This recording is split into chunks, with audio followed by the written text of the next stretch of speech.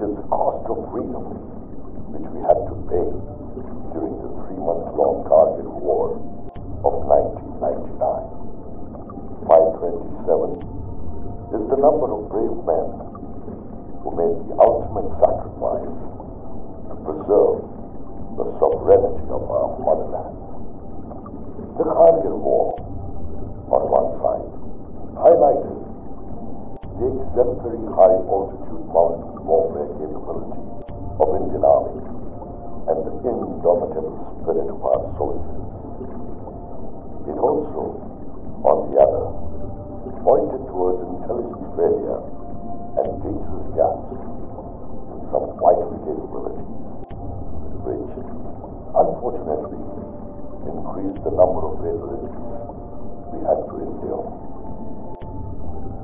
One such gap in capability was recognized during the war when our armed forces realized that the Russian Mi-25 and Mi-35 attack helicopters in IAF inventory were unable to operate in the thin atmosphere of the high altitude regions along LOC.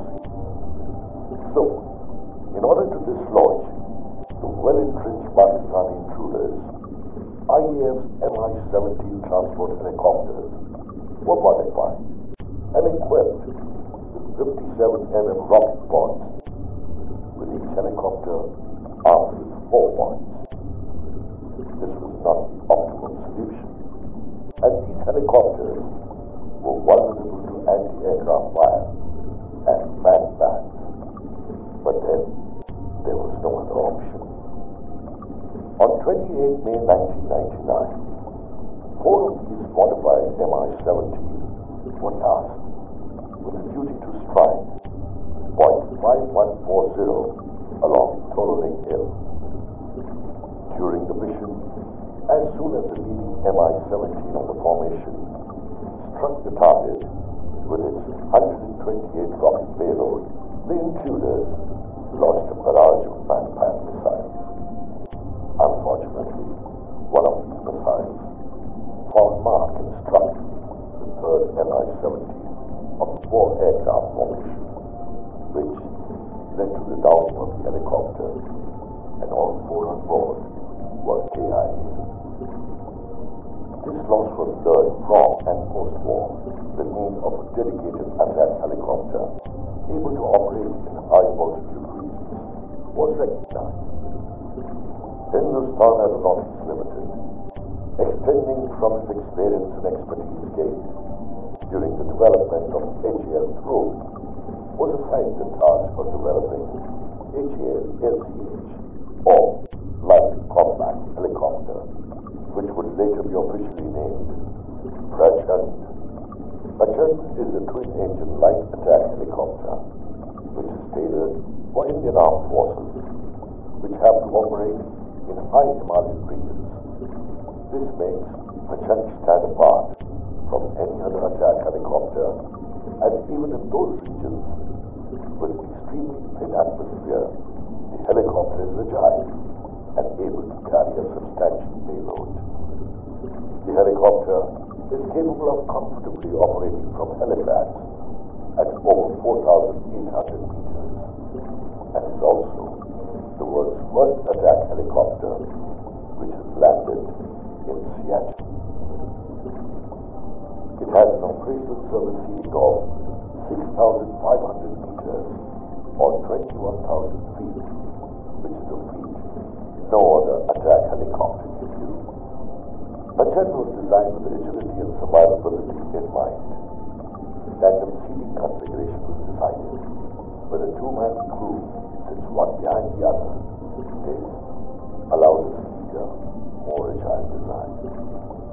Various acoustic and infrared IR signature reduction measures were incorporated into the helicopter's design, which reduces enemy's chance of detecting and engaging the helicopter, and also its vulnerability to man-pack missiles, which generally work by tracking the aircraft's IR or heat signature. Prachand also has a crash-absorbing landing gear and a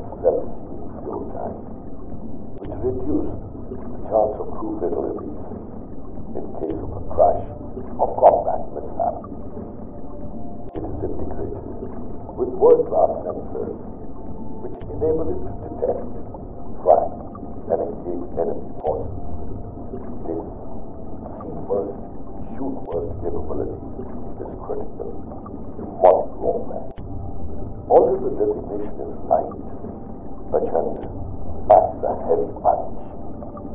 When fully loaded, the machine weighs near 6 tons and is capable of carrying about 950 kgs of weapons payload on 4 hard points, which are located on its stub wings. This payload can be anything from dumb bombs and rockets to precision-guided munitions, or even the Mistral air-to-air missile, which allows Prachand to fend off any enemy aircraft intruding into its operational airspace. The helicopter also is equipped with a French 20 mm autocannon, which is capable of destroying enemy troops and equipment to shreds, including the lightly armored wing. In a pure anti-armor, anti-tank mission profile, the chopper can be armed with up to 16 ATGMs, anti-tank guided missiles, in a 4x4 configuration, 4 missiles by 4 launchers. This, combined with a flying range of around 750 kilometers and an endurance of 4 hours, allows Prachand to stay over the combat zone over a longer period and unleash fury on the enemy. With 15 of these already inducted into service at IAF and 5 IA, a follow-on order for 156 more is in pipeline. This is significant and shows that Prachand